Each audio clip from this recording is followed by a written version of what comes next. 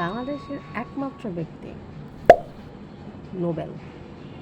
এই ছেলে এটাকে কি কইল নাকি না কইল নাকি হয়েছে মামলা করলো, এত পরিমাণ দুদিন পরে পরে মামলা খাওয়া, মানে কি পরিমাণ চিল থাকলে, কোনো টেনশন মুক্ত থাকলে মানুষ মামলা খাওয়ার পরেও গান গায়।